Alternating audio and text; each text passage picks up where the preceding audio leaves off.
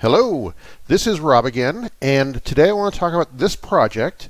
This is a carving, not a laser project, and specifically I want to talk about how I got these clean lines without using something like Oramask.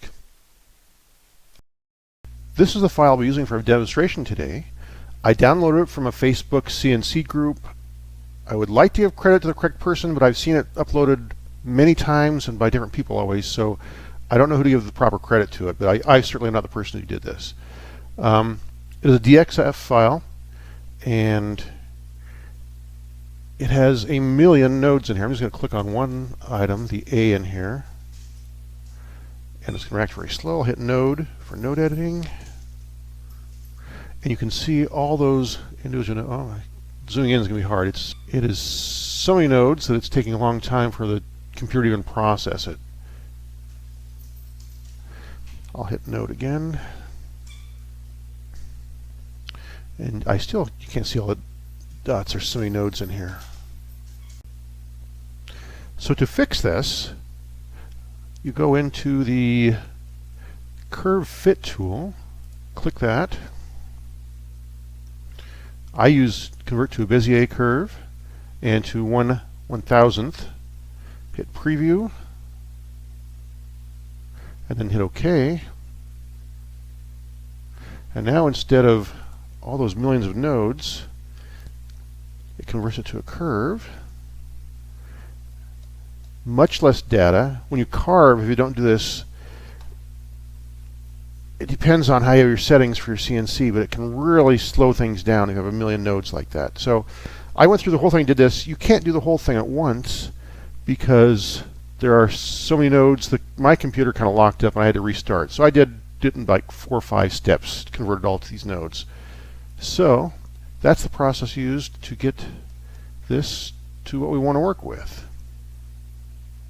I did a quick screen print here to show the difference between the nodes and the Beziers. So 33 meg versus 11 meg. So even though this looks the same as the other one, I've now converted everything to Bezier curves.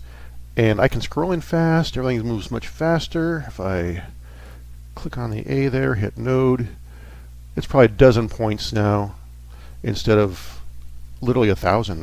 Maybe not quite that many, but still a large number. Much easier to work with. Computer processing power is better now.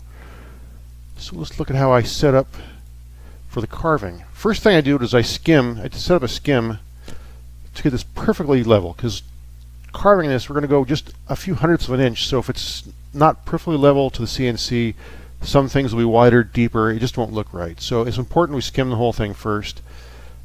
I said that for a 0.25 inch end mill, but that's probably not what I'll use. But for example, here's the settings I did for the V-carve.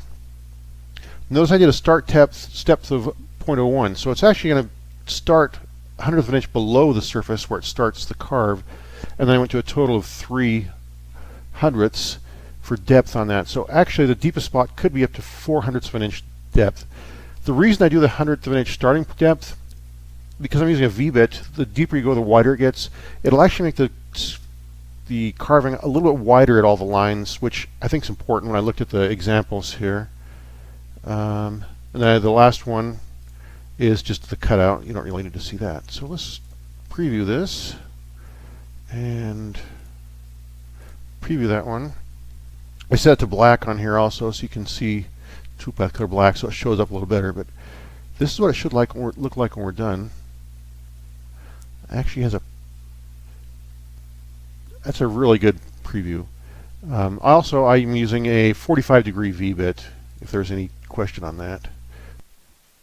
Okay, so on to the CNC machine. The first thing I did was actually outline the project, so the edges you can see there, that's where the cutout will eventually be. And now I'm skimming off a few thousandths, just to get a nice, clean, perfectly level surface.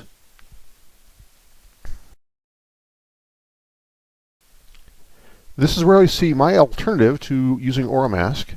I use plastic wood brand wood filler, and I just rub some on, and then I'll get some water and thin it out, kind of like finger painting. Kind of fun like that. Your fans get nice and messy too.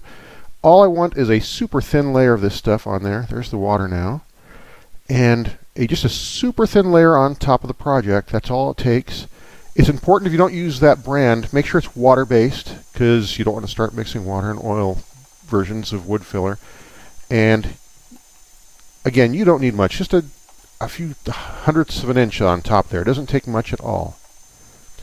And we'll let it dry for 15 minutes or so, and then on to the CNC machine. Normally it's fun to watch the CNC work, but with that thin layer of putty on top, it's kind of hard to see what's going on, so I've sped this way up. I'll show a few different sections here. You can see now it's doing the staff there, the lines that the music goes on. In a second you'll see me doing some words, the music, and that's about all we're going to see on the CNC, because it's kind of boring, to be honest, and it's not really why you're watching this, is just to see a CNC work for a while. There's one setting in V-carve that I forgot to change for this project, and it would have saved me some time. It's clearance height. When it carves on the surface, it carves out a little bit, pops up 2/10 of an inch, pops back down 2/10 of an inch. A lot of up and down movement is kind of wasted. If I would have set that down to a few hundredths, it would have saved quite a bit of time on the actual carve. And here's a quick screenshot of where you change the clearance height. And like I say, this one's set for 0.2, and I think 0.03, 300ths probably would have been the right one for that. Would have sped it up quite a bit. And here is the carving after it's off the CNC. You can see what it looks like, though on top of that putty it doesn't look that impressive yet.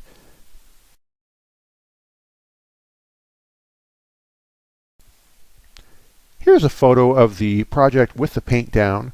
The video I did for that did not turn out, so I'll just talk about it for a second here. It's important to use a nice thick paint. This is just thick black acrylic, pretty basic stuff. If it's too thin, when you push it into the pockets of the words and letters, it could run a little bit into the wood, bleed into it, and that's not good. You can never sand that out once it's inside the wood like that. So a little bit thicker is better. And now on to the magic moment when we sand off the putty and get to the actual carving. Notice on my sander, I do have a suction hose on there, a vacuum hose, and it pulls all the dust out of the project. If you don't have that, which is fine, the dust will get pushed kind of into those little pockets around the notes, and you'll have to use a wire brush and maybe even a touch of soapy water to get it back out of there, because it gets compacted there and really tight. So I do recommend a vacuum hose if you have that option. This is one of the few areas of the video where I didn't actually speed the video up. This is actual speed. You can see how fast the putty comes off, and that's down to bare wood there. I will do a little more sanding on this project before it's finished, but that sanding is the higher number sandpaper to get a nice smooth finish, not to clean up any more of the putty on the project.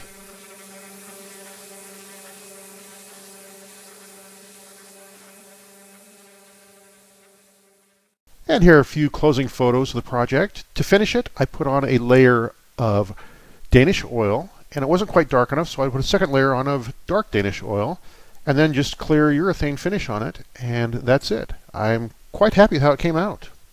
If you like this video, please subscribe and click the thumbs up. Have a great day.